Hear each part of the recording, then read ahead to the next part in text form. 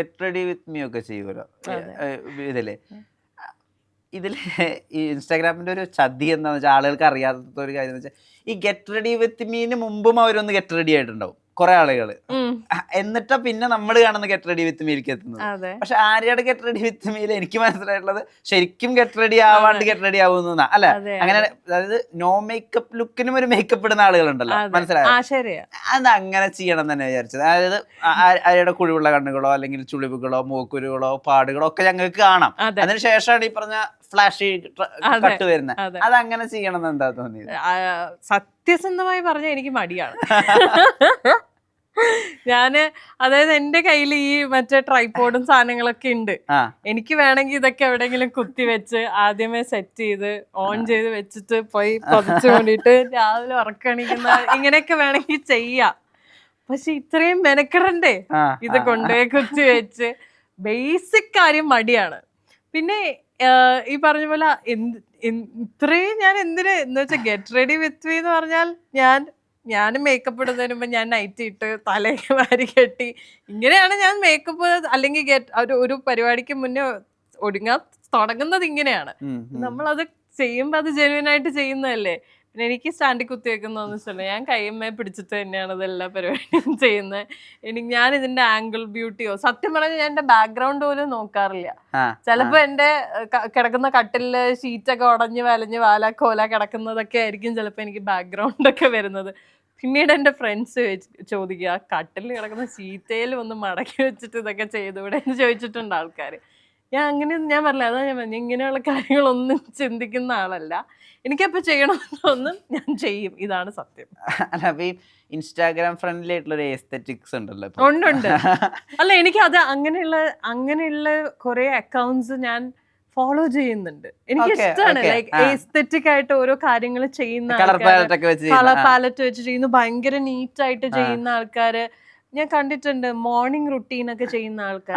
അതാണ് ഞാൻ ഇപ്പൊ കാണിച്ചത്. രാവിലെ ബെഡിൽ നിന്ന് ഇങ്ങനെ എണീറ്റ് വരുന്ന. അപ്പൊ ഞാനിങ്ങനെ ആലോചിക്കും, ബെഡിൽ നിന്ന് ഇവരെ എണീറ്റ് വരണമെങ്കിൽ ക്യാമറ നമ്മളിപ്പോ ഈ ഫീൽഡിലുള്ള ആൾക്കാർ നമുക്ക് ആംഗിള് സെറ്റ് ചെയ്യുന്ന നമുക്കറിയാലോ ഏത് ആംഗിളിലായിരിക്കും സെറ്റ്.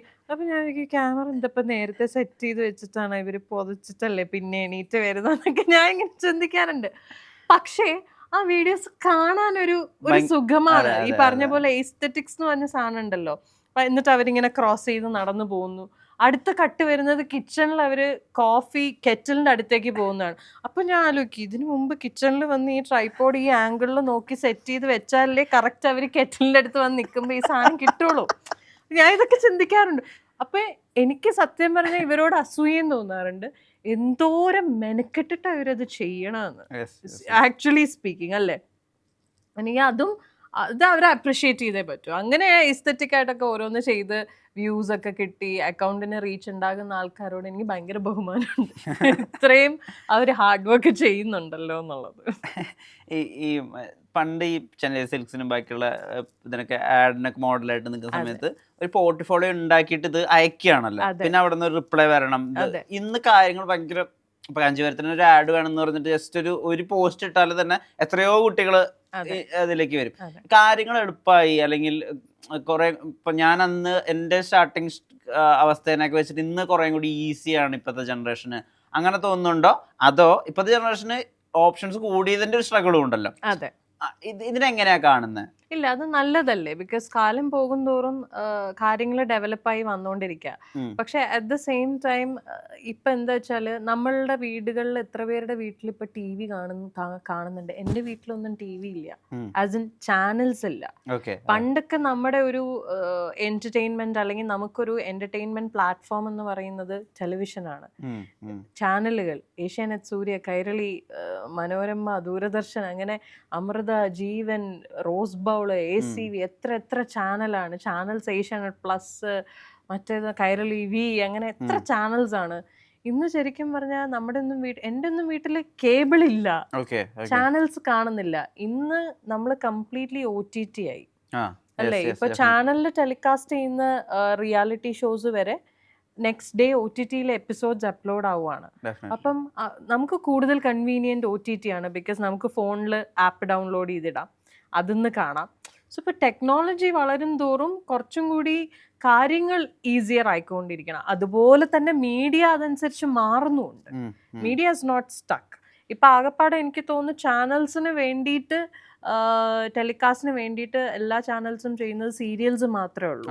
മറ്റേ ഈ റിയാലിറ്റി ഷോസ് അല്ലെങ്കിൽ പ്രൈം ടൈം ഷോസ് ഒക്കെ ഉണ്ട്. എത്രയോ പാട്ട് പരിപാടികൾ, ഡാൻസ് പരിപാടികൾ, കുക്കിംഗ് ഷോസ് ഒക്കെ നമ്മൾ കണ്ടുകൊണ്ടിരുന്ന ചാനലുകളാണ് ഇതൊക്കെ. അതെ, അതെല്ലാം കുറഞ്ഞു. ഇപ്പൊ ലിറ്ററലി ഇല്ലാന്ന് തന്നെ പറയാം. എല്ലാ ചാനൽസും അവരുടെ ഇങ്ങനെയുള്ള സാധനങ്ങൾ, അതായത് നോൺ ഫിക്ഷൻസ് എല്ലാം കട്ട് ചെയ്തു. ഇപ്പം ഹാർഡ്ലി 1-2 റിയാലിറ്റി ഷോസ് മാത്രമേ എല്ലാ ചാനലും റൺ ചെയ്യുന്നുള്ളൂ അല്ലേ? എല്ലാം ഇപ്പോ നമ്മുടെ സോഷ്യൽ മീഡിയ പ്ലാറ്റ്ഫോംസ് ആയി, യൂട്യൂബായി, ഫേസ്ബുക്കായി, അല്ലെങ്കിൽ ഇതുപോലുള്ള OTT പ്ലാറ്റ്ഫോംസ് ആയി.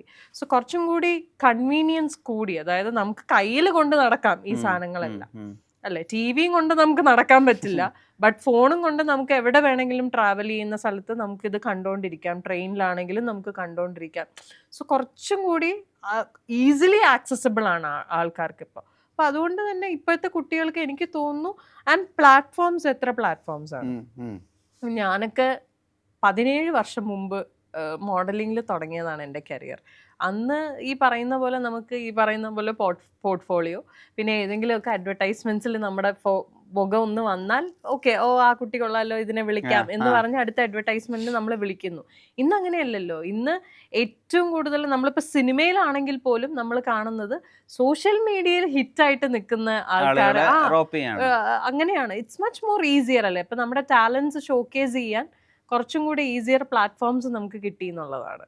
സോ നല്ലതാണ്. It is very nice actually. ഇപ്പൊ അതുമായിട്ട് തന്നെ ചേർത്ത് പറയേണ്ട ഒരു കാര്യമാണ് ഈ സോഷ്യൽ മീഡിയ തന്നെ. ഇപ്പം നിങ്ങൾ സെലിബ്രിറ്റീസ് ഒരു ഉദ്ഘാടനത്തിന് പോകുന്നു, അല്ലെങ്കിൽ ഒരു ഫംഗ്ഷന് പോകുന്നു, തിയേറ്റർ വിസിറ്റിന് പോകുന്നു, നിങ്ങൾ ഫോളോ ചെയ്തിട്ട് ഒരുപാട് ഓൺലൈൻ മീഡിയകളും വരുന്നുണ്ട്. ആൻഡ് ഇത് 2 വശങ്ങളാണ് ഇതിന് പ്രധാനമായിട്ടുള്ളത്. ഒന്ന്, ഇത് പലപ്പോഴും PR കമ്പനീസും അതെന്താ ആരാണോ PR ചെയ്യുന്നത് അവരൊക്കെ അസോസിയേറ്റ് ചെയ്തിട്ട് അവർ വിളിച്ചിട്ടാണ്. അല്ലെങ്കിൽ ഒരുപാട് റീച്ചുള്ള ഇൻസ്റ്റാഗ്രാം പേജസും ഫേസ്ബുക്ക് പേജസ് ഒക്കെയാണ് നിങ്ങളെ ഫോളോ ചെയ്തിട്ടൊക്കെ വരുന്നത്. അതൊന്നാമത്തെ കാര്യം. 2, അവർ റീച്ചിന് വേണ്ടിയിട്ട്, അതായത് അവരുടെ ക്യാപ്ഷന് വേണ്ടിയിട്ട്. ഇപ്പൊ ആര്യ കാർ ഓടിച്ചിട്ടായിരിക്കും വരുന്നുണ്ടാവുക. അവിടെ നിന്ന് വരുന്ന ചോദ്യം ആര്യ ഒറ്റയ്ക്കാണോ കാർ ഓടിച്ചിട്ട് വരുന്നതെന്നായിരിക്കും. മനസ്സിലായ? അപ്പൊ ആര്യ എന്തെങ്കിലുമൊക്കെ പറയും, അതായിരിക്കും അവിടുത്തെ ഒരു ക്ലിക്ക് ബൈറ്റ് അല്ലെങ്കിൽ അതിന്റെ ഒരു പോയിന്റ്. ഈ ഒരു കാര്യം ഉണ്ടല്ലോ, അതായത് പണ്ടത്തതിനേക്കാളും കുറച്ചുകൂടി കോൺഷ്യസ് ആയിരിക്കണം നിങ്ങൾ. എന്തെങ്കിലും ഒരു കമന്റ് പറയുമ്പോ എന്താ ഉണ്ടാവാന്നറിയില്ല.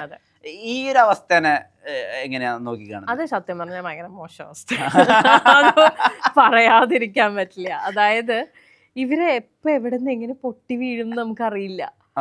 അത് ഒന്നാമത്തെ കാര്യം. അതായത് ഞാൻ എൻ്റെ കാര്യം തന്നെ പറയാം. വളരെ റീസെന്റ് ഞാൻ ഒരു ഇനോഗ്രേഷന് പോയിട്ടുണ്ടായിരുന്നു. അത് ഒരിടത്തും അങ്ങനെ അനൗൺസ് ഒന്നും ചെയ്തില്ല. ഞാൻ പോലും ഇൻസ്റ്റയിൽ പോസ്റ്റർ ഷെയർ ചെയ്തോന്ന് എനിക്ക് ഓർമ്മയില്ല. അതായത് ഒരു ലാസ്റ്റ് മിനിറ്റിൽ എനിക്ക് ഫുള്ള് എല്ലാം കൺഫേം ആയ ഒരു ഇനോഗ്രേഷൻ ആണ്. അതും കാക്കനാട്, എൻ്റെ വീട്ടിൻ്റെ തൊട്ടടുത്ത് ഇരുമ്പനം അങ്ങനെ എന്തോ ആയിരുന്നു അവിടെ ഒരു ഇനോഗ്രേഷൻ. ഞാനും അജുചേട്ടനും കൂടെ ആയിരുന്നു ഇനോഗ്രേഷൻ ചെയ്തത്. ചെറിയൊരു ഷോപ്പാട്ടോ, ചെറിയൊരു ഷോപ്പിൻ്റെ ഇനോഗ്രേഷൻ. എനിക്കറിയില്ല ഇവരെങ്ങനെ കണ്ടുപിടിച്ച് അവിടെ എങ്ങനെ എത്തിയെന്ന്. അത് എനിക്ക് ഭയങ്കര അത്ഭുതമായിപ്പോൾ. ഞാൻ നോക്കിയപ്പോൾ കുറേ പേര്, 4-5 മീഡിയ ഉണ്ട്. ഇവരെല്ലാവരും വരുന്നു ആൻഡ് ഫുൾ ടൈം ഇവര്. ആൻഡ് ഏറ്റവും കോൺഷ്യസ് ആവേണ്ട കാര്യം, ഒന്ന് നമ്മൾ പറയുന്ന കാര്യം, 2 ഡ്രസ്സ് എന്തിടുന്നു, എവിടെ നിന്ന് ഇടുന്നു, ഏത് ആംഗിളിൽ നിന്ന് ഇവര് വീഡിയോ. സത്യം പറഞ്ഞാൽ എനിക്കതൊക്കെ ഭയങ്കര ടെൻഷനുള്ള കാര്യങ്ങളാണ് ഫോർ ഷുവർ. എന്ന് വെച്ചാൽ നമ്മൾ കാണുന്നുണ്ടല്ലോ കുറെ വീഡിയോസ്, കുറെ ഇനോഗ്രേഷൻ വീഡിയോസ് ഒക്കെ കാണുമ്പോൾ നമുക്ക് തന്നെ ഇപ്പം നമ്മൾ ഏറ്റവും നമ്മുടെ കൾച്ചറിന് ഏറ്റവും സൂട്ടബിൾ എന്ന് പറയപ്പെടുന്ന വസ്ത്രം സാരിയാണ്.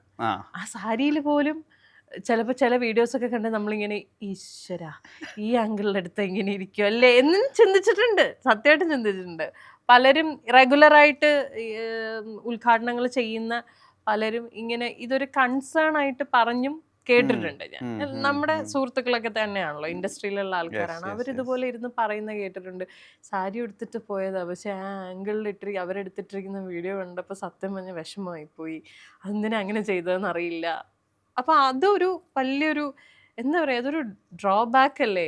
ലൈക്ക് നമുക്കൊരു പ്ലാറ്റ്ഫോം കിട്ടുന്നു, നമുക്കത് എങ്ങനെയൊക്കെ പോസിറ്റീവായിട്ട് യൂസ് ചെയ്യാം. പക്ഷെ മറിച്ച് അത് ഇങ്ങനെ വരുമ്പോൾ ഇത് കാണുന്ന ആൾക്കാർക്ക് അറിയില്ലല്ലോ ഇത് ഈ ആംഗിളിൽ എടുത്തത് കൊണ്ടാണ് ഇങ്ങനെ വന്നത്, അല്ലെങ്കിൽ അവരങ്ങനെ എടുത്തത് കൊണ്ടാണ് അത് അങ്ങനെ വന്നത്. അവർക്കൊരു ഓപ്ഷൻ ഉണ്ട്, അത് പോസ്റ്റ് ചെയ്യാതിരിക്കാം.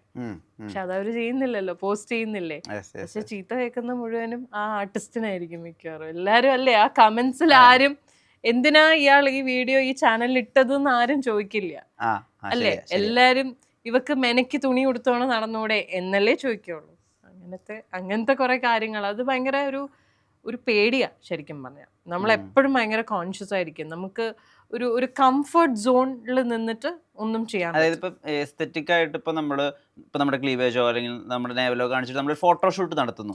അവിടെ നമ്മൾ സെക്യൂർഡ് ആണ്, നമ്മൾ കംഫർട്ട് ആണ്. ഇതിനെ നമ്മൾ എങ്ങനെയാണ് ഇതിന്റെ ഔട്ട് പുറത്തേക്ക് വിടുന്നത് നമുക്ക് ധാരണയുണ്ട്. മറ്റേത് അതില്ലല്ലോ. നമ്മൾ നോക്കി അത് അപ്രൂവ് ചെയ്തിട്ടേ, അല്ലെങ്കിൽ അത് ഓക്കെ ഇത് വന്നാൽ നമുക്ക് കുഴപ്പമുണ്ടാവില്ല എന്നുള്ളത് നമുക്കറിയാം, എന്നിട്ടല്ലേ അത് പുറത്തേക്ക് വരുള്ളൂ. പിന്നെ അതിലും കോൺസിക്വൻസസ് വരാനുണ്ട്. ബട്ട് അറ്റ്ലീസ്റ്റ് നമ്മൾ പ്രിപ്പയർഡ് ആയിരിക്കും അല്ലേ, നമുക്കറിയാം ഇത് ഇങ്ങനെയൊക്കെ വരും എന്നുള്ളത്. ഇത് പക്ഷെ അങ്ങനെയല്ലല്ലോ. ഇത് നമ്മൾ ഓർക്കാപ്പുറത്ത് കിട്ടുന്ന അടിയായിരുന്നു. അങ്ങനത്തെ അവസ്ഥകളാണ് ഇങ്ങനത്തെ സിറ്റുവേഷൻസിൽ അതൊരു വലിയ മേജർ കൺസേൺ ആണ്.